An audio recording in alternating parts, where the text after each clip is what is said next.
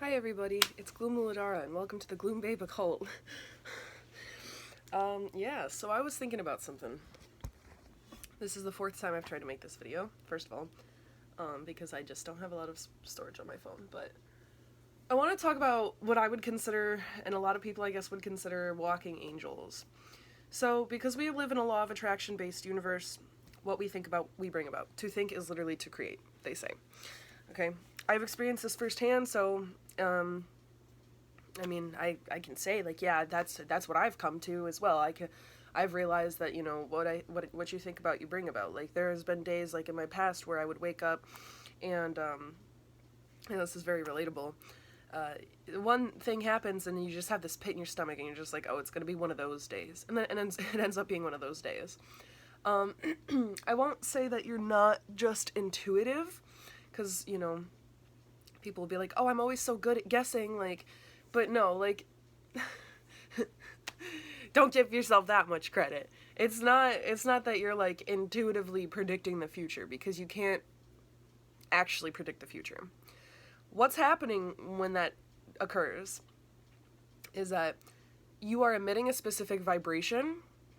Thus, for the rest of the day, if you accept that vibration, if you accept, like, yes, this is the vibration we're going to carry out for the rest of the day, it's going to be one of those days, in your words. It ends up being one of those days because you attract that frequency more so. We live in a law of attraction based universe. What you think about, you bring about. Okay? Obviously, there is a dynamic, because we cannot understand one without the other. So if you're a happy healer, if you're a loving healer, I don't want to say happy because I don't think anyone's actually happy, but if you have a lighthearted demeanor for most of the time, you are going to attract toxic people. If you're a healer, you're going to attract toxic people, because you can't. What are you going to heal if you're not attracting like certain bad things? However, if you have an unhealthy, like, I need to save everyone dynamic, you're gonna attract literal toxic people. But if you're pretty, like, self-loving, you know, decently minded, and when I say that, I mean, like, you feel like you have a good grip of yourself, you're gonna attract a little bit of unhealthiness. You know, it's not gonna be overwhelming, like, I attract, like, sociopaths that beat me. Like, it's not gonna be like that. I mean, it could be. I'm not going to try to claim that something will or won't happen, but the possibilities are endless. But, you know, same goes for if you're like an insecure person. You believe that you hate yourself and that you don't deserve love, or you believe that you won't get love. That's how things are going to happen for you. You know, you're going to attract a lot of that kind of things, those kinds of things. So, like, even like your friends, even if they're not necessarily like toxic, if you believe that you're unlovable, your friends are going to make you feel unloved. You're going to attract more people that make you feel unloved. And, you know, it all starts with you. Like, a lot of young folks out there, they experience this and they want to like blame other people. They want to be like, oh, everyone's so mean to me. But, you know, I think it's responsible that you need for you to take you need to take responsibility for what you manifest. This is something I've had firsthand experience with, so I get it. It's very hard and it is weird, because, like, if it's other people, how are you supposed to take responsibility for that? But, you know, that's when the walking angels kind of comes into play, okay? So, if you're a sad boy and you attract stupid situations that make you feel like crap, the universe, sometimes I call it God, sometimes I call it spirit, okay? Spirit will throw you somebody who challenges that insecurity, okay? A lot of the time, they are brought, okay, I'll explain what they are, but, like, these people are thrown into your life, okay, because they want to show you a few things. Now, you can recognize a walking angel by, if you're in a crappy situation, and this person who you feel can help you comes forth into your reality and makes you feel some sort of safety around them, that is a walking angel. If you feel like they are actually in your life to help you, they are a walking angel. Okay? Obviously, they are their own person. Like, I have been considered a walking angel to many people. But at the same time, I'm not going to be an angel for you all the time. It is a very hard job. And, you know, frankly, I come and do my job and then I leave. Because I am not responsible for healing anybody. I can only teach you. You know, I can't make you learn anything. I can only teach you. Same goes for you. You can't make anyone else learn anything. You can only teach them. So, but you can learn, you yourself can learn from other people teaching you, from your walking angels teaching you, okay? So, they are meant to show you a few things. The first and foremost is that if you're an insecure person and you have someone straight up telling you otherwise and loving you regardless of your insecurities, they don't see you how you see you because they're not supposed to. They're supposed to see you how you should see you. Okay? And this person comes in to challenge your insecurity, to get you to think like, oh, do I really feel like this? Because if you really actually felt like, believed that you were worthless or ugly or fat, just as an example, or anything like that, or talentless, you would not be offended if other people said that. If that was the truth, you'd be like, yeah. And I don't mean like, yeah, in a manic sense, where you're like, haha, yeah, I'm useless. Like, no, I mean, yeah, as in like, that's what you genuinely believe. And obviously you don't. Because when someone who contrasts that insecurity comes into your life, you feel it, and you love that, and you want more of that. That is proof that you are not what you think you are in that situation, in that egoic, insecure mindset. You are not that. Your walking angel shows you that. So when you have a walking angel come into your life, that is, you know, regardless of the fact this is a law of attraction-based universe, God brings you that dynamic so you can reevaluate the way that you think, the way you treat yourself, and the way that you go about your life, okay? So, it's up to you. Are you gonna tell, you know, you could straight up make the conscious choice, be like, universe, I want more of that. You can ask God. I'm telling you, like, I've done it myself. I grew up atheist. I was super skeptical, okay? But you can do that. You can be like, listen, when you're alone, because it's between you and the universe. It's not nothing, anything, you don't got to tell everybody about your connection with the universe. No one has to be around for it. But you have to have full faith in it. That's the thing, is if you don't have full faith that the universe will work in your favor, you will not reap the benefits. I gotta go check my food, so. But, yeah, so, you know, just ask God to bring you more people like that, because these people exist so to show you that you are lovable, you are worthy of love, you are worthy of good things.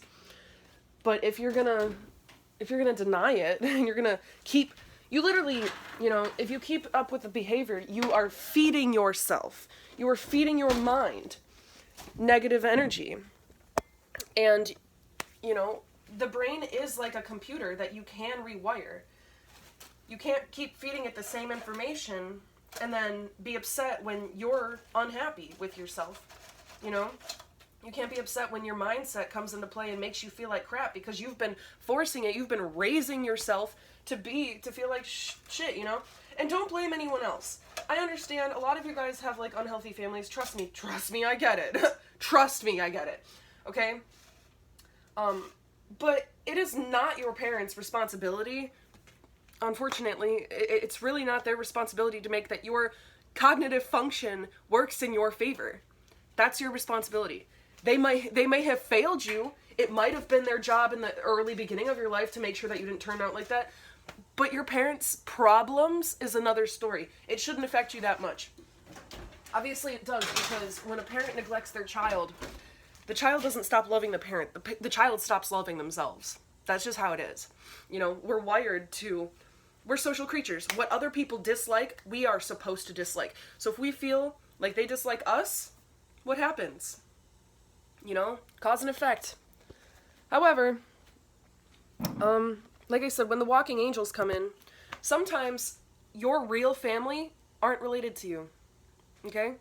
Sometimes your real family is someone that you see once a week who comes over and, you know, I don't know, smokes weed with you and has deep talks with you or something. Not that I condone doing that.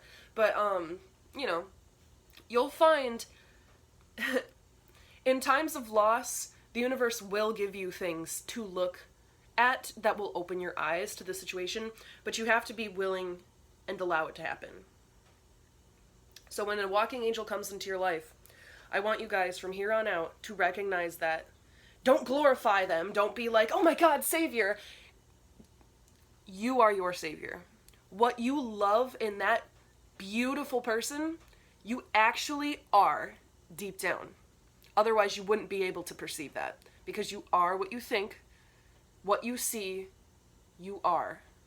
Your environment is a product of your mental reality. Trust me, it's hard to rewrite your mind, and it's hard to control your reality, but, you know, it comes with time, it comes with age, it comes with maturity, and it comes with a lot of painful past, like, memories. You know, I didn't wake up and realize my power until I was at rock bottom. So, you know, just to show you guys. And I'm not saying things will get easier, because things will always be hard. But they get easier to internalize. If you can learn how to embrace your pain, and, you know, at the end of the day, you're gonna be okay. Unless you're actually going to die, which illness comes from giving up. You know, it's just a vibration. But if you're not dying, you're gonna be okay. It's your responsibility to tell your anxiety to leave you alone. You know? And we all have the ability to make conscious thoughts. If you're having unconscious thoughts, like your anxiety is telling you things, because I still have really bad anxiety and depression, but if it's telling you certain things, that is pattern, okay? But I promise you, once you consciously, okay, every time you have one negative thought, you consciously combat it with 3 thoughts, you're left with those 3 positive thoughts. Do that for X amount of time. Eventually it will become your brain's habit. It will become a pattern. Literally, it's a scientific thing. Like, you can heal through anxiety and depression. It is not a chemical imbalance. Even though a chemical thing does happen, anxiety and depression is not that. It is a product of your perception of reality. And this is coming from someone who has scars worse than anyone I've ever seen, okay? I won't say that. It's not a competition, okay? I'm not trying to make it like that. You can heal, is what I'm saying. You can heal if you want to heal. You're not doomed to be depressed and anxious forever. You will still feel those thoughts. That's inevitable existential dread, okay? We all go through it. But, you know, stop limiting yourself. Stop impairing yourself because you want to choose to let your negative thoughts and your anxieties and depression take over you. They don't run your life unless you let them. So with that being said, I love you guys. And if you've made it this far, it's because you're meant to. You're here for a reason. Okay? Everything happens as it should, even the bad situations, because you cannot have a higher sensitivity to pleasure without a higher sensitivity to pain. Trust me. I'm an expert in feeling pain. But also pleasure. Yay! I'm a happy person. That's why everybody loves me. It hasn't always been like this. You know? But maybe I'll talk about it in another video. So, with that all being said, I love you guys. Remember, you deserve happiness, but you're not going to perceive it unless you believe it. Okay? So, namaste. Have a good day.